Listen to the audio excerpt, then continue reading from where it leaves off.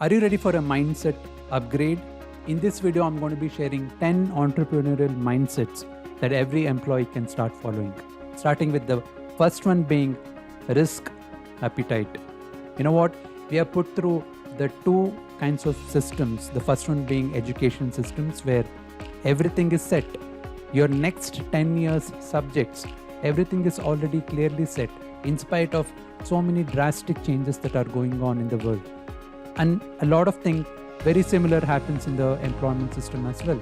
Although technologically there are a lot of changes that a lot of companies adopt, but mindset wise, it's unfortunately the same thing, right? Not allowing, not encouraging employees to kind of go for it, kind of take that risk, not building that culture where truly you know that it's only those chances that you take can create a new result for you. That's why Google as a company, they tend to have 40% kind of failures in a lot of projects that they start.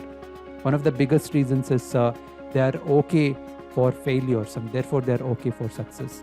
I hope this is making sense to you. So that's the first thing, risk appetite. How can you improve that? Well, probably can check out the description and be part of my live masterclass to know a little bit more on that. Okay. The second one of the very important things that I want to very strongly highlight out of all the 10 things is this one, personal development. Okay. If you truly want to kind of start building an entrepreneurial mindset, this becomes very, very core to everything that you're going to do. And what does that mean to be on this path of personal development? It means, are you being clear with the goals that you want to achieve? Are you building a strong enough identity that's truly yours? Are you being productive? Are you building systems and environments that are helping you to become productive? Do you know exactly what habits creates results in your life? Are you kind of working on your emotional stability, emotional regulation, emotional intelligence? Are you amping up strategically your leadership potential on a daily basis? Without all these things, you know what? You will realize that there is kind of a strong stagnation that happens in throughout a career that a lot of employees go through. So that's the point number 2. The point number 3 I want to talk about is ability to play the long-term game. We are in a world where everything gets delivered on the same day or at least within 1 day's time, and therefore it's very important to start thinking long-term. And what does it mean? It's about having that 1% mindset where you work towards building or improving 1% on a daily or a weekly basis versus a big bang change. Why do I not kind of recommend a big bang change? Because for a very simple reason that it's not sustainable, right? You cannot sustain a huge change over the long term. And that's why you see a lot of gyms go vacant after the first 2 months of the start of a year. So by March timeframe, you see 70% people are not even returning back to the gym. Why? Because of the big bang change they try to put in. Therefore, are you ready for a 1% change? That's something it's very sustainable that you can start putting into use today. The fourth one is about getting coached or mentored. You know what? Unfortunately, a lot of employees do not get this opportunity towards getting coached or mentored because a lot of people they work with kind of tend to either not have time or have not gone on this path that they have built their own entrepreneurial mindset. Therefore, how are they going to kind of work towards this very specific mindsets or the points that we are discussing here? It becomes difficult. Okay, and if you are ready to get coached and start getting mentored, I will also leave a link through which you can be part of my live masterclass, where if you think that's a game that's okay for you to play, get on board and start enjoying all these mindset shifts that you can enjoy, okay? That you can get rather. So the fifth one that I want to talk about is waiting for that perfect timing. A lot of employees know what they tend to do is they wait for the perfect timing before they start on something or start making some kind of decisions. Whereas the perfect timing is the one where you start taking action. That's the only perfect timing that you ever have control on when you take more and more action.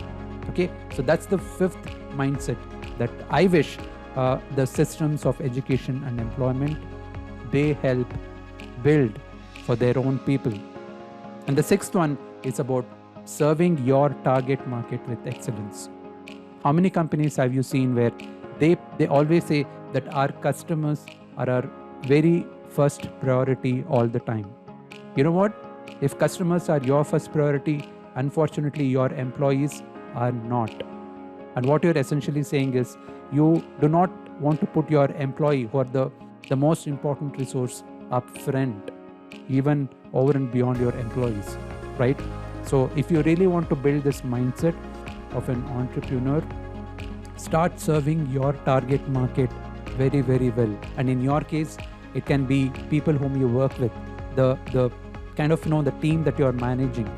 Know them deeply and serve them, in a very close way. Care for them personally.